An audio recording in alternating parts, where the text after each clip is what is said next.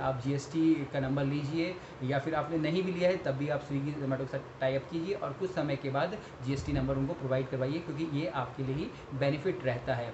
अब उस जो भी फॉर्म होता है उसके अंदर सारी आपको अपनी डिटेल्स देनी पड़ती हैं। आपका नाम, आपके जो लीगल आइडेंटिटी है वो सारी चीज़ें, आपका एड्रेस, कॉन्टैक्ट पर्सन का नाम, आपकी कंपनी की सील, आपके सिग्नेचर पूरे करवा दिए जाते हैं, बैंक अकाउंट की डिटेल, तो ये सारी डिटेल्स आप उनको देनी पड़ती है। उसके बाद जो 2 फॉर्म होते हैं, एक जीएसटी वाला फॉर्म होता है, एक विदाउट जीएसटी वाला फॉर्म होता है, जिसमें जीएसटी वाले फॉर्म के अंदर आपके कमीशंस लिखे जाते हैं कि आपको कितने परसेंट कमीशंस आपसे वो ले रहे हैं। आप चाहे तो उनसे, अगर आप जानते हैं तो उनसे बात भी कर सकते हैं, आपके वो कमीशन कम भी कर सकते हैं। कहीं पे भी ऐसा हार्ड एंड फास्ट रूल नहीं है कि उनको इतने ही कमीशन चार्ज करने हैं। उसके बाद उनकी जो पेमेंट गेटवे की फ़ीस होती है वो भी उसमें लिखी होती है, या फिर कैंसिलेशन फ़ी या किसी भी प्रकार की जो भी आप वो सर्विस चार्ज लगाते हैं वो सारी चीज़ें उसमें लिखी रहती है।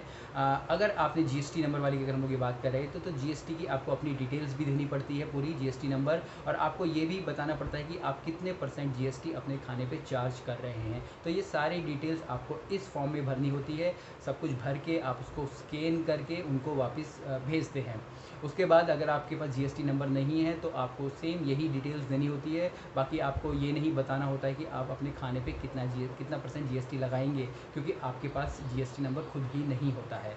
तो ये सारी डिटेल्स जब आप उनको भर के भेजते हो, उनकी तरफ से एक्नॉलेजमेंट आता है। साथ साथ आपको इसमें, आपके पास अगर जीएसटी नंबर का जो पैन कार्ड है आपके पास, वो भी अगर इंडिविजुअल है तो आपको वो देना पड़ता है। तो ये सारे डॉक्यूमेंट जब आप उनको स्कैन करके भेज देते हो तो वो आपको अपने इसमें ऑन बोर्ड कर देते हैं अपने प्लेटफॉर्म में, और कुछ समय के बाद आपको सिखा दिया जाता है कि किस तरीके से ऑर्डर आते हैं और आप ऑर्डर रिसीव करने लग जाते हो।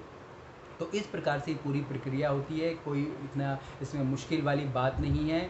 अगर आप चाहते हैं ये फॉर्म आपको एडवांस में मिल जाए और आप उनके बारे में सीख पाएँ, और इसमें जो उनके 2 मॉडल होते हैं मैं पहले बताना भूल गया, एक वो सिनर्जी और एक नॉन सिनर्जी होता है। ये दो तरीके के मॉडल पे फ़िलहाल जो ज़ोमैटो काम कर रहा है, आप उनके बारे में भी उस फॉर्म में अच्छे से पढ़ सकते हैं। बाकी पूरी टर्म एंड कंडीशन लिखी होती है, आप वो सारी चीज़ें इवन जाके पढ़ सकते हैं। आप इस फॉर्म के लिए मुझे नीचे कांटेक्ट कर सकते हैं, मेरे व्हाट्सअप नंबर नीचे आपको मिल जाएगा। तो चलिए, वीडियोस कैसी लगी आप मुझे बताना। बाकी किसी भी नए टॉपिक पे क्लाउड किचन से रिलेटेड आपको कुछ भी बारीक से बारीक चीज़ आपको पता करनी है तो आप मुझे नीचे लिख सकते हो।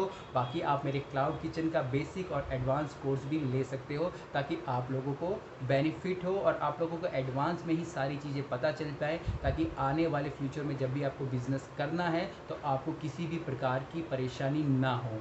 और